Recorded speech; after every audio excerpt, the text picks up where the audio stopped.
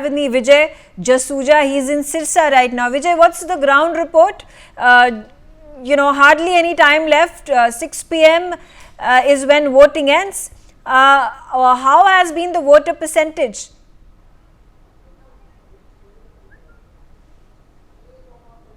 बिल्कुल 6 बजे जो चुनाव की प्रक्रिया है वो ख़त्म होने में सिर्फ 10 मिनट का जो समय है वो शेष बचा है। और परसेंटेज की जो बात आपने पूछी है, अभी तक 5 बजे के जो सरकारी आंकड़े सामने आए हैं उसमें से सिरसा जिला में 65.37% जो वोटिंग है वो पूरी तरह से मुकम्मल हो गई है। और अभी अगले 1 घंटे की जो काउंटिंग है वो सरकारी एजेंसी के थ्रू उसकी एंट्री अभी बाकी है। तो मान के चलें कि अगले 1 घंटे तक 10 से 15% जो वोटिंग है वो होने की पूरी तरह से पॉसिबिलिटी दिखाई दे रही है। तस्वीरें आपको सिरसा के बाल भवन की पहले दिखा देते हैं कि यहाँ जो चुनाव से जुड़े हुए कर्मचारी हैं वो चुनाव की प्रक्रिया को संपन्न करवाने की जो प्लानिंग है उन्होंने अभी पूरी तरह से शुरू कर दी है। शाम 6 बजे के बाद जो गेट आप देख पा रहे हैं, इस गेट को अंदर से बंद कर दिया जाएगा। जो भी व्यक्ति इस गेट के पहले 6 बजे से पहले अंदर एंट्री कर चुका है उसको ही वोट डालने का अधिकार होगा। जो वोटर्स इस गेट के बाहर रह गया 6 बजे के बाद तो उसको वोट डालने की कोई इजाज़त नहीं दी जाएगी। ऐसी गाइडलाइंस चुनाव आयोग द्वारा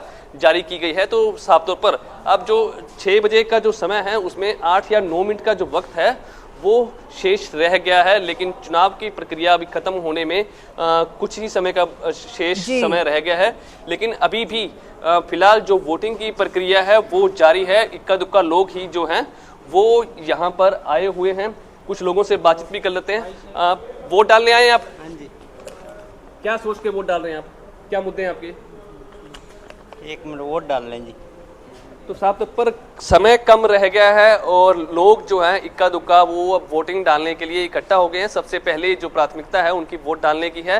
हालांकि जिला प्रशासन की जो मुहिम थी, पहले मतदान उसके बाद जलपान, उसमें जरूर कामयाब होता हुआ दिखाई दे रहा है। 75% जो वोटिंग है जो कैंडिडेट्स हैं बीजेपी के, कांग्रेस के, INLD के, कौन से ये कैंडिडेट्स हैं जिन्होंने इतनी बार प्रचार किया है कि और वो चाहते हैं कि वो इस बार सत्ता में आए?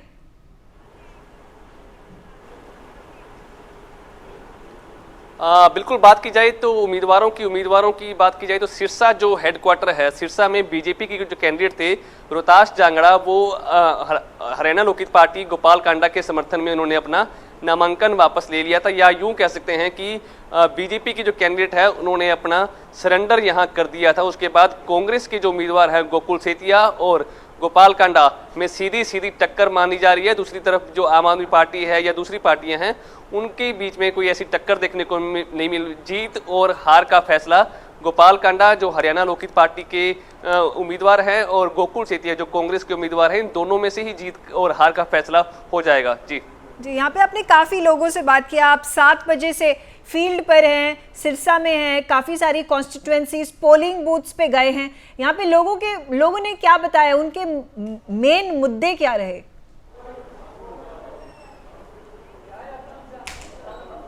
बिल्कुल, पूरे जिले की बात की जाए तो पूरे जिले में एक नशा का मुद्दा पूरी तरह से हावी रहा है। हालांकि यहाँ के विधायक बार बार विधानसभा में नशे के खिलाफ आवाज उठाते रहे हैं। हालांकि सरकार और पुलिस ने भी नशे के तस्करों को पकड़ने में खूब कामयाबी हासिल की है, लेकिन पंजाब और राजस्थान के बॉर्डर के साथ सिरसा सटा हुआ है, तो ऐसे में पंजाब से नशा यहाँ पूरी तरह से सप्लाई होता है। हालांकि पुलिस प्रशासन द्वारा नशे की जो तस्कर हैं उनको धरपकड़ भी की जाती है, लेकिन बावजूद इसके नशा एक बड़ा मुद्दा यहाँ पर है। दूसरा मुद्दा बेरोजगारी है, क्योंकि यहाँ के लोगों को रोजगार बहुत कम मिला है। भले ही पुरानी सरकारों की बात की जाए तो रोजगार का एक मुद्दा यहाँ के युवाओं के लिए बहुत महत्वपूर्ण है। रोजगार नहीं मिलने के कारण कहीं ना कहीं युवा है वो निराश होता है, निराशा के चक्कर में ही वो कहीं ना कहीं नशे की चपेट में आ जाता है। इसके साथ ही सिरसा हरियाणा का अंतिम छोर पर बसा हुआ है, तो यहाँ पर इंडस्ट्री कोई ऐसी नहीं है जिससे लोगों को रोजगार मिल सके, लोग अपने आप को संपन्न कर सकें, तो ऐसे कोई स्थिति इंडस्ट्री की नहीं है। तो साफ तौर पर इन जो विधानसभा के चुनाव हैं इनमें ये तीनों मुद्दे बेरोजगारी, नशा और इंडस्ट्री का पूरा तरह से हावी रहा। जी, यहाँ पे जब कैंडिडेट्स और star campaigners prime minister Narendra Modi थे, हमने देखा होम मिनिस्टर अमित शाह आए, राहुल गांधी थे, प्रियंका गांधी वाड्रा, इन सब ने जम के कैंपेनिंग की और ये जो 3 मुद्दे उठाए, एक तो था कि wrestlers protests, farmers protest, farmers को MSP देना, इसका एक प्रॉमिस किया है बीजेपी ने भी और कांग्रेस ने भी। तीसरा मुद्दा जो उठाया था वो अग्निवीर स्कीम का उठाया था। क्या ये तीनों मुद्दे यहाँ पे लोग मद्देनजर रख के वोट किया है कि उनके इश्यूज हैं, जैसे कि आपने कहा ड्रग्स, नशा का मुद्दा, अनएम्प्लॉयमेंट का मुद्दा और सड़कों का इंफ्रास्ट्रक्चर का मुद्दा?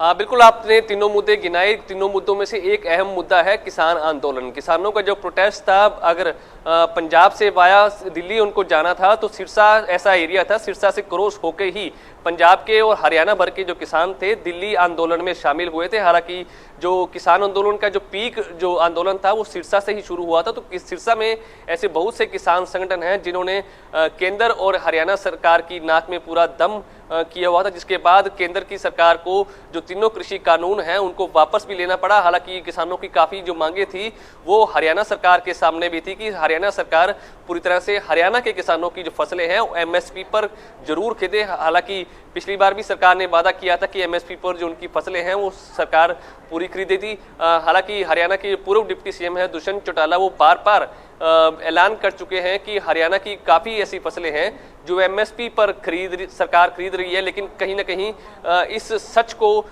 जनता के बीच में वो भुनाने का काम बेहतर तरीके से नहीं कर पाए और किसानों का जो गुस्सा है वो सरकार के खिलाफ पिछले काफ़ी सालों से देखने को मिला, जिसका खामियाजा बीजेपी पार्टी को लोकसभा में देखने को मिला, जिस वजह से कहीं ना कहीं उनकी जो स्थिति है लोकसभा चुनाव में आधी रह गई थी। जी बिल्कुल। For more such videos, subscribe to the NewsX YouTube channel, hit the bell icon.